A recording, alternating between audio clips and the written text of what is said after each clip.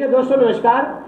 भारतीय टुडे 21 से मैं आरपी पंडित आपके साथ हूं। मैं इस समय चुनाव की आगामी जो 2024 में चुनाव होने हैं उनकी गहमा गहमी को देखते हुए पूरे देश की नब्ज टटोलने की कोशिश जैसे मीडिया करती है, तो मैं आज करनाल लोकसभा में हूं। यहां पर मैं प्रमोद शर्मा जी के कार्यालय से प्रमोद जी से बात करूंगा। शर्मा जी, आप ये बताओ, करनाल लोकसभा को आप किस नज़रिए से देखते हो? देखिए शर्मा जी, सबसे पहले तो आपका बहुत बहुत धन्यवाद कि आप आए और हमारे को अपने विचार अपने साथियों तक और आपके दर्शकों तक भी पहुंचने का अवसर प्राप्त होगा। शर्मा जी, बात ऐसी है, करनाल लोकसभा का नज़रिया जो मैं देखता हूं कि करनाल लोकसभा समाणा बाऊ से लेकर के हल्दाना तक जो है ना, पूरा एक लंबा चौड़ा एरिया है। और उधर कैंत से लेकर के सोनीपत का जो बॉर्डर पड़ता है वहाँ से लेकर के और सनौली बॉर्डर लास्ट इधर हमारा यमुना का पूरी बेल्ट है। मैं लगभग सारे गांवों में मैंने भ्रमण किया है। मैंने देखा है कि सबसे पहली बात तो मैं आपसे करूंगा शर्मा जी कि सनौली रोड जो है पानीपत का, वो ऑलमोस्ट ख़त्म हो चुका है। ठीक है, शामली रोड आपने बना दिया नया, परंतु आपने सनौली रोड जहाँ से लोगों को लोकली जाना पड़ता है उसकी तरफ भी ध्यान देना चाहिए। और जितनी भी सड़कें बन रही हैं उनका ग्रेड इतना डाउन है, जैसे कि करनाल से कुंजपरा की सड़क है, उसका ग्रेड इतना डाउन है कि आप स्मूथली गाड़ी नहीं चला सकते, आपकी गाड़ी कूदती है। तो रही बात गांव की सड़कों की, गांव की सड़कें ऐसी हैं, 18 फुट की सड़क मान लीजिए मंजूर है, आप 16 फुट की या 17 फुट की या 15 फुट की सड़क बनती है और उसके बरम बनते नहीं हैं, वहाँ पर भी 2 गाड़ियों का निकलना मुश्किल है। आप कह रहे हैं हम प्रयास कर रहे हैं, बीजेपी कहती है हम प्रयास कर रहे हैं, आपका प्रयास ठीक है, परंतु आपने करनाल से संध की सड़क बना दी अच्छी, टोल टैक्स लगा दिया उसके ऊपर।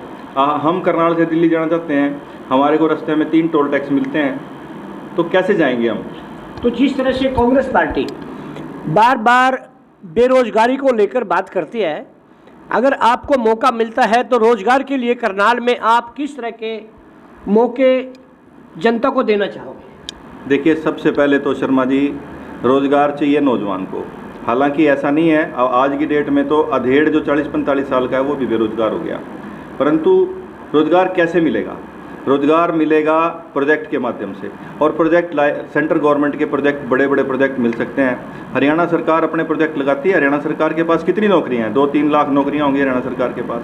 सेंट्रल गवर्नमेंट के पास करोड़ों नौकरियां हैं, परंतु वो प्रोजेक्ट हमारे करनाल पानीपत के अंदर आए ही नहीं है, लग ही नहीं पाए। मान लीजिए रिफाइनरी लग गई हमारे एरिया के अंदर, रिफाइनरी के अंदर हमारे नौजवान की कितनी संख्या है?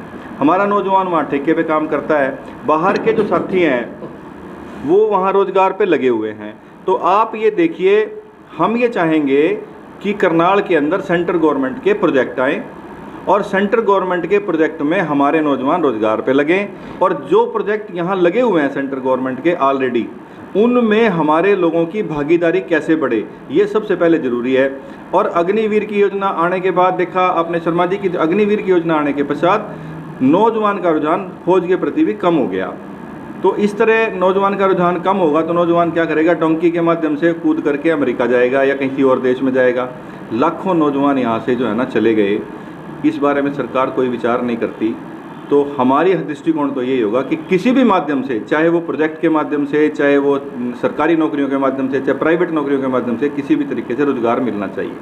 तो देखिए प्रमोद शर्मा जी ने अपनी बात रखी, जिस तरह से पूरे हरियाणा के अंदर अपने आज की स्थिति को देख रहे हैं, तो उन्होंने पूरा प्रकाश करनाल लोकसभा पे डालते हुए यही कहा कि वैसे तो समूचे प्रदेश में बेरोजगारी है, मगर बेरोजगारी दूर करने के लिए अगर प्रयास किए जाए तो काफ़ी हद तक लोगों को राहत मिल सकती है।